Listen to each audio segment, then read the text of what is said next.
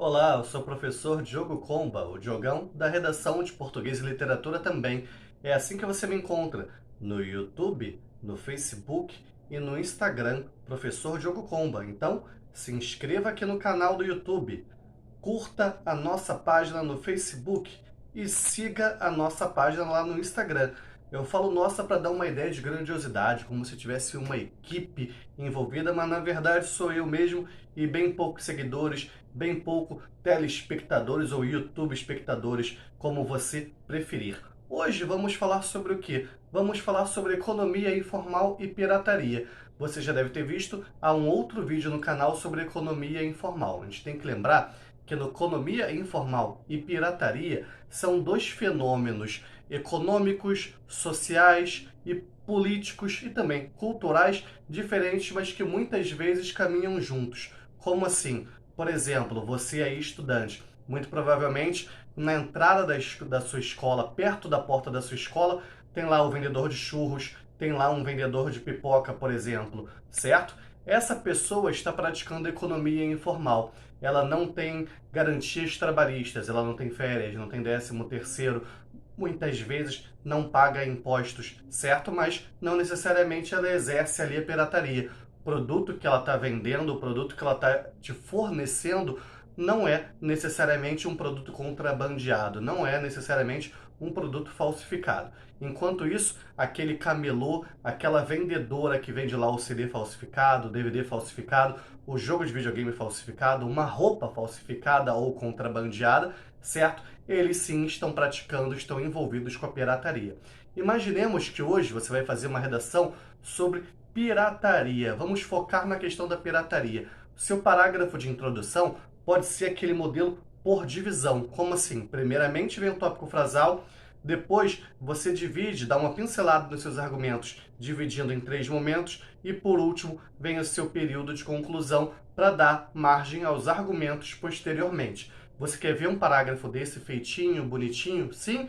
Então vamos fazer bombar esse vídeo. Eu quero 200 visualizações para aparecer um parágrafo desse, para você observar melhor tudo isso que eu estou falando. Aí olha só, dicas do que você pode colocar na argumentação, apresentando razões. Você pode lembrar, você pode comentar que a indústria cinematográfica, a indústria de filmes e também ligada à televisão, seja TV aberta, TV a cabo ou streaming, perde cerca de 29 bilhões com a pirataria. Estou até colocando uma notícia aqui, você pode pesquisar melhor a respeito depois. A TV a cabo também perde muito com a pirataria. Perde como com a pirataria? Você deve conhecer algum tipo de aparelhinho que você conecta no seu televisor e a partir daí você tem acesso a variados canais de TV, aqueles canais de TV que muitas vezes você paga caríssimo por um pacote, certo? Muitas vezes a pessoa recorre à pirataria por que motivo? Porque o acesso ao produto legítimo, ao produto verdadeiro, é muito caro. É um ponto que tem que ser colocado em destaque, uma causa da pirataria, digamos assim.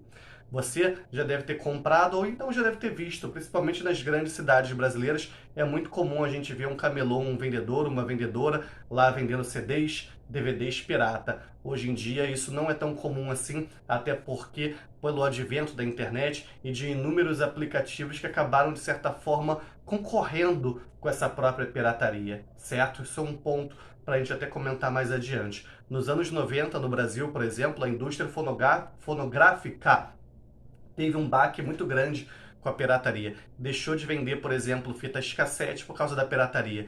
Depois, os CDs, a venda de CDs legítimos, verdadeiros, também sofreu um baque muito grande com a pirataria, principalmente quando os gravadores de CD se popularizaram, onde todo mundo podia, quase todo mundo que tinha um computador, tinha um gravador de CD e posteriormente um gravador de DVD em casa também. O que a indústria fonográfica acaba fazendo nesse sentido?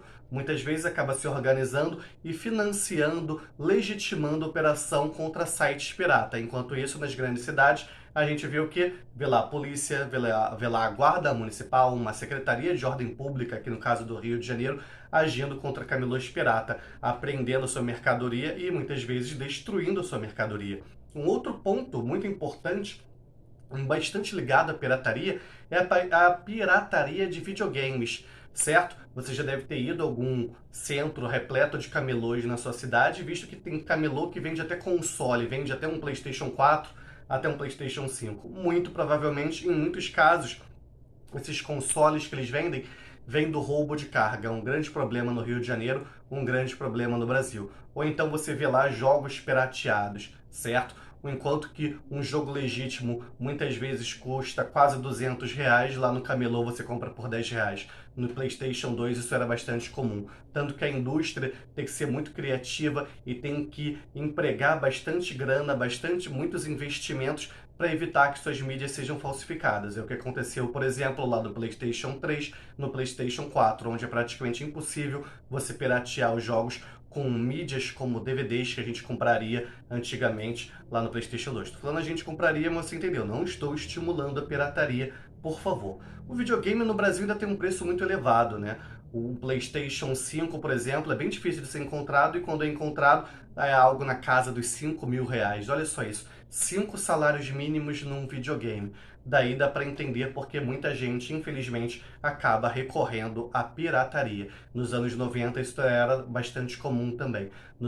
Finalzinho dos anos 80 e ao longo de todos os anos 90, a indústria gamer no Brasil conviveu em larga escala com a pirataria e isso teve impactos econômicos, sociais e até culturais. Será que se não fosse a pirataria a gente teria uma cultura gamer tão solidificada assim no Brasil? Tem um documentário chamado Paralelos, que você encontra aqui no YouTube, que desenvolve essa tese, inclusive.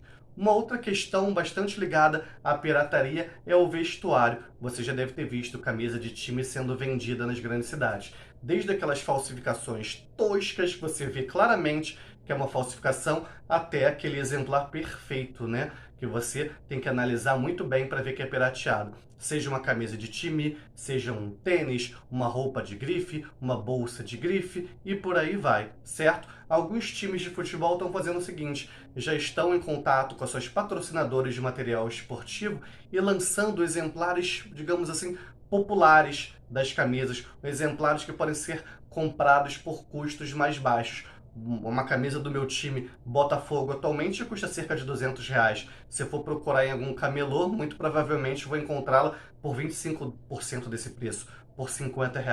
Os times de futebol, as fornecedoras de material esportivo, têm que pensar nisso até porque seria bom para eles também. Imagina só, alcançariam uma massa consumidora que eles não alcançam atualmente, acabariam ganhando mais na quantidade.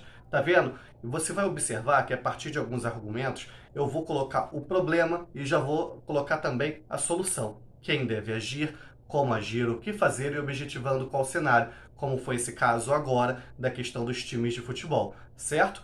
Em alguns pontos, cara, a pirataria, eu até tô gaguejando, você tá notando isso. A pirataria acaba entrando em áreas que, num primeiro momento, não vem à nossa mente, mas o governo brasileiro está tendo que agir para evitar a pirataria de vacinas para a Covid-19. Você já deve ter visto gente, camelôs vendendo, por exemplo, cosméticos ou até remédios, muitas vezes remédios falsificados, remédios provenientes do roubo de carga, ou então remédios de outros países que não tem aqui no Brasil o certificado lá da Anvisa, da Agência Nacional de Vigilância Sanitária. Está ocorrendo bastante um temor muito grande que vacinas falsificadas ou desviadas possam chegar ao grande público e isso pode ter um impacto desastroso. Por isso o governo está agindo. Tá vendo? Problema e uma tentativa de intervenção. Recentemente, a TV Globo entrou em contato com o Telegram. Eu não conheço tão bem o Telegram, talvez você conheça melhor do que eu. Porque havia canais no Telegram que estavam exibindo Big Brother Brasil. É Big Brother Brasil o quê? 20 ou 21? Não sei. Mas imagina o jogão da redação lá no Big Brother, hein? Você votaria em mim? Para eu sair ou para eu ficar lá? Mas enfim, tá vendo? Mais um exemplo. Uma emissora de TV poderosíssima, no caso da Globo, entrando em contato com um aplicativo e tentando uma solução amistosa, certo? Amistosa entre a emissora e o aplicativo. Não muito provavelmente entre os administradores dessas exibições do Big Brother. E por último, a gente observa que muitas vezes a tecnologia pode estar a serviço do bem, pode estar a serviço do combate ao crime para evitar roubo de carga. Roubo de carga é muito grave, muitas vezes o motorista, os encarregados daquela carga, uma carga de celulares, uma carga de vestuário, uma carga de doces, por exemplo, está sendo carregada, ladrões roubam essa carga e matam o motorista, os seguranças e afins. Mas alguns produtos podem vir com chips, podem vir com certas identificações que mostrarão que aquele produto foi roubado, que aquele produto foi desviado de alguma maneira, mostrando ao consumidor que ele não deve adquirir aquele produto, certo? Assista a esse vídeo, você pode assistir a esse vídeo num primeiro momento apenas prestando atenção, mas assista novamente fazendo anotações e pesquisando as notícias que vocês vão vendo que vão aparecendo aqui no seu lado de... Peraí, seu lado... Não sei, eu acho que é o seu lado esquerdo, é o minha esquerda, certo? Às vezes tenho dificuldade com isso. A gente observou que muitas vezes, né, a proposta de intervenção para a pirataria vem por meio da repressão, mas a tecnologia também pode atuar, campanhas de conscientização também podem ocorrer, ok? Enfim, se você tiver mais alguma ideia, se você tiver alguma dúvida, alguma questão, alguma sugestão, você pode me falar onde? Lá no Facebook, pode comentar aqui no YouTube ou lá no Instagram. Por favor, deixe o seu like nesse vídeo, ative o sininho, se inscreva no canal e o compartilhe bastante. Eu sou o professor Diogo Comba, o Diogão da redação de português e literatura também. Que a força e a inspiração estejam com vocês, sem dizer adeus jamais.